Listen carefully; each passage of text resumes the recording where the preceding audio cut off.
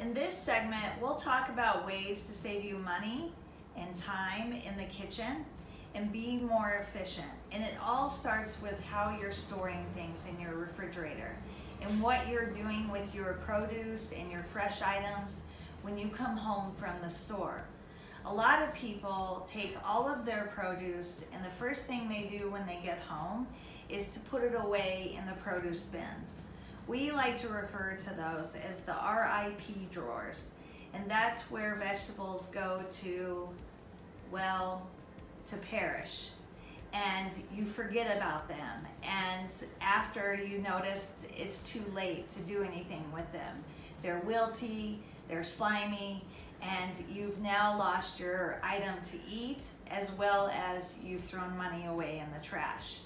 This segment will hopefully give you tips and tricks on how to prevent that waste and save you time in the kitchen. So we've devised a new system in how to store perishable items in your refrigerator. If you think about the common items that people put in their refrigerator door, front and center when you open it, it is items like sodas or condiments or jarred items. And think about it. How often do you use an item, say like ketchup? This is a new way to consider looking at your fridge. We have pre-cut carrot sticks. We have some celery sticks. We have some cut fruit and some whole fruit. I have a bowl of grapes here. I have some yogurts for snacking. Down here in the lower shelf, I have my peppers for snacking. We have our herbs front and center so that we can use them when we're cooking. I also have some sliced cucumber. And I have some greens that are washed and prepped and ready to go. I also have some green onions here and some parsnips. They have all been cleaned and trimmed. Here's another idea for storage. I've taken my condiments and I've placed them in a clear storage bin. Easy for me to see what I have, and if anything spills, this will catch any spills. Another thing to think about is how you're storing your salad. Greens tend to go bad rather quickly. Two options you have for that: storing it right in the salad spinner after you've spun it and dried the lettuce. You can just simply lock it in place and then put this in your refrigerator down on the bottom shelf. A second option is to transfer it into a paper towel lined container. And when you think about storing things in your refrigerator door, you're going to think about the shape of your shelves in your refrigerator door. I happen to know that this stores quite well in the door of the refrigerator, and I'll show you what that looks like. So in this case, I may change my storage around a little bit and make room for my salad.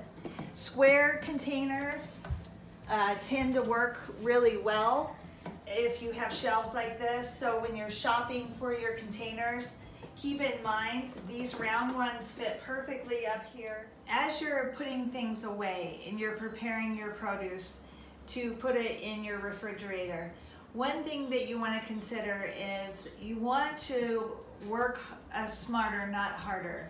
And what we mean by that is you're doing essentially two tasks at one time. So when I bring my fresh produce in, I'll have all my bags out. I start trimming, I start cutting, I'm cleaning, and I'm putting everything in the containers as you saw earlier. And then over here, I have a pot of stock going. So all of my scrap as I'm cleaning these items and putting it away in the refrigerator is going into a stock pot, and I'm making stock at the same time. That way I'm not throwing away the scraps, and I'm adding one more thing to my list of stuff to do that gets me ahead for the week. So basic food storage 101. We want to keep items separate to avoid cross-contamination. We want to keep uncooked meats away from vegetables or cooked food.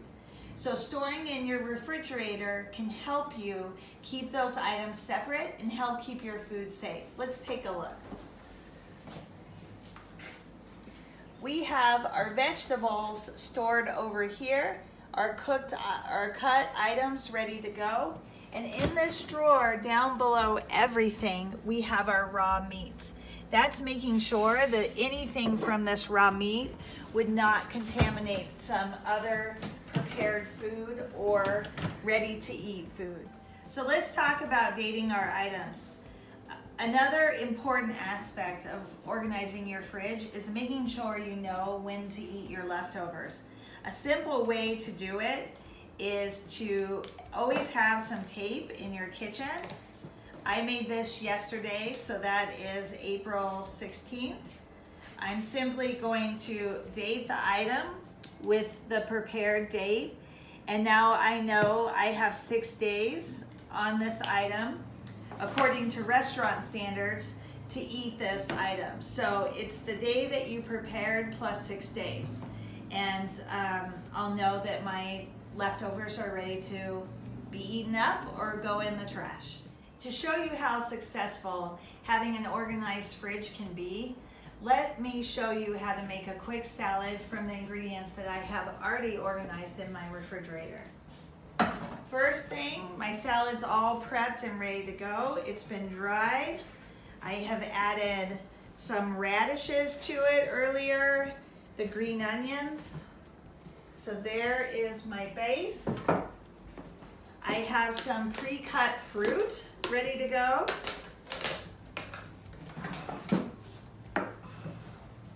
That I will add to this salad.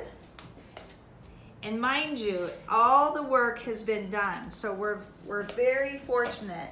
We've come home after work, we're tired, we want something nutritious to eat, and I have already done the hard work ahead of time, and now I'm going to reap those benefits. Here's some meat that I'm adding.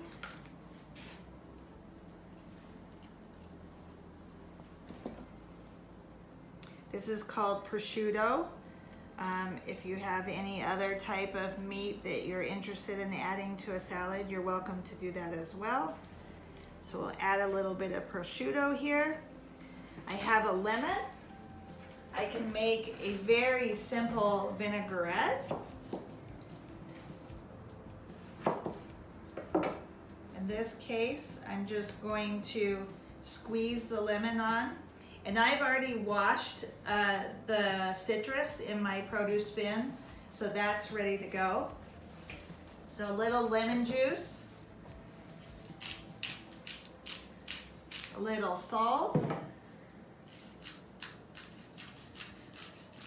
some fresh pepper. Now we'll finish with a little drizzle of olive oil.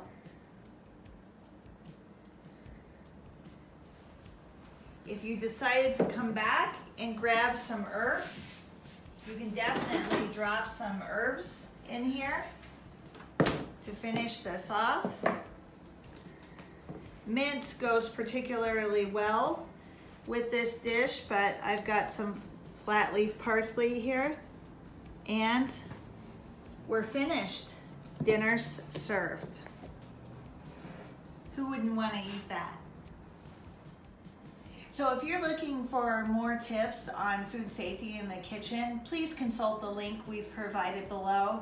It should provide you with more information on how to keep things safe in the kitchen.